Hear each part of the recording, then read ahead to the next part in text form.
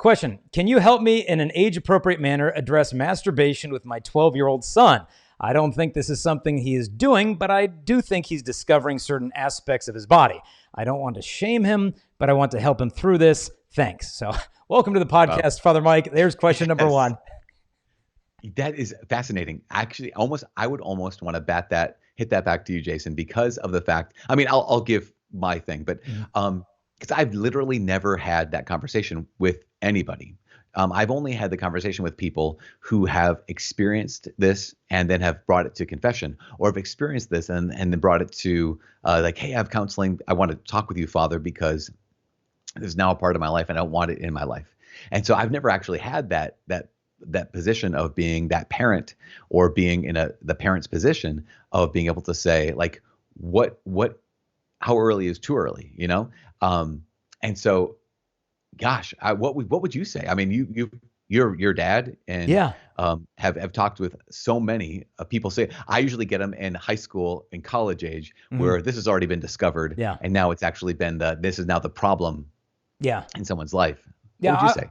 I would say step number one, you got to start a little earlier in the sense of, little kids might, play with stuff down there, and you just kind of begin with redirection, right? Just start, okay, well, let's put the hands here instead. You don't want to start obviously with this shame-based, rigorous, type of approach, because there's no dirty body parts, right? And and if you start thinking, well, that's dirty, that's bad, that just creates this neurosis whereby a person can grow up thinking, okay, my sexuality is bad and dirty and horrible, so I should save it for the person I love. It's like, wait a minute, like there's that disjoint there.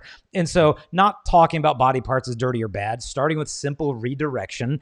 And then as they get a little bit older, explaining, the purpose and meaning of human sexuality, what these parts are actually meant for. And I know sometimes in these discussions, it could be a little bit awkward, but the kids want to know.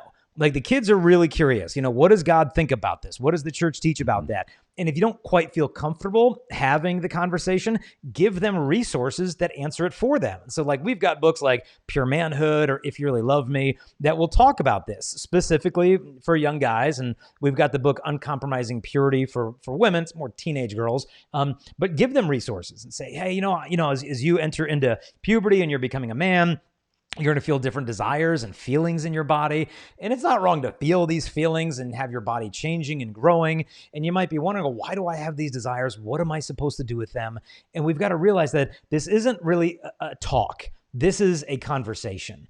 And I know a young man, his mom was telling me that the boy will come to him and say, hey, Mom, I've really been struggling with masturbation lately. What are some more tips? And the fact that he could just be that open, like as a 15-year-old boy with his dad, incredible, shows me the fruit of a decade plus of conversations that mom has slowly been having with this guy. And so just try to remember, this isn't a sprint. This is a marathon. It's going to be a continual formation process where you affirm the goodness of those desires, but kind of explain to them, you've got these desires, but now is the time to train these desires, to order them towards love, because you're always going to have impulses. I'm angry. I want to get in a fight. Or you're going to have these appetites that rise up, but your intellect and your will are above those sensible appetites, and they need to order them.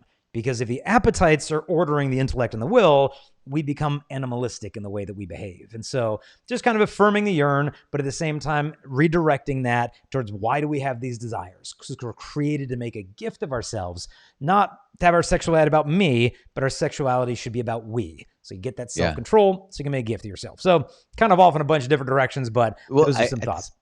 At the same time, like one of the things you hit on was the fact that we all have different desires. And so, for example, hey, it's time to not eat candy. It's time to okay, you might be angry, don't punch. You might feel this, don't do X.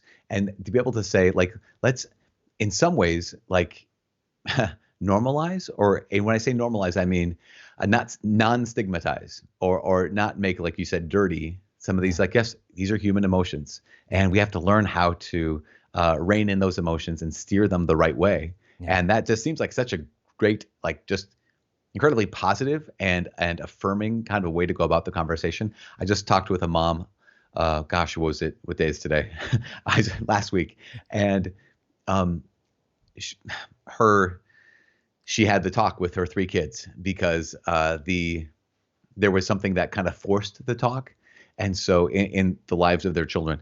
And so she's like, okay, so here's what we're going to do. And she said, I'm going to lay it out as, like you mentioned, non-condemning,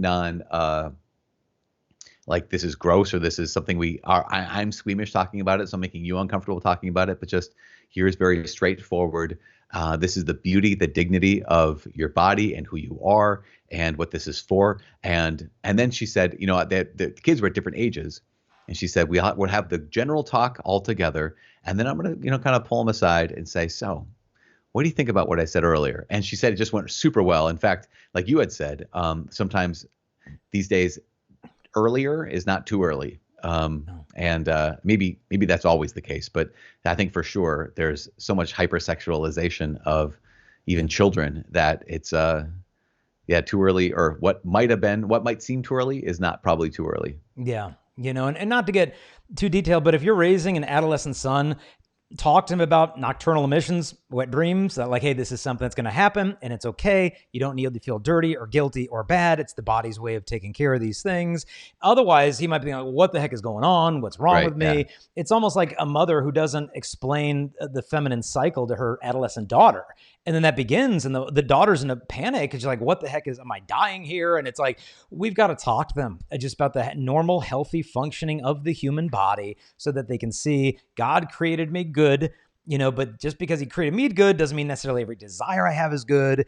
And that's why I should, pray and talk with family and discern which impulses are of God and then which ones need to be mastered. So, there's so interesting. Like, I don't want to like belabor the point, but I remember as a kid growing up and reading a book that was along the lines of there were two contradictory books in my parents' home, and one had said that so masturbation is just you're going to find people who are religious who say this is a sin. It's not. It's totally normal. And another book that said, well, this is one of the sins you need to bring to confession.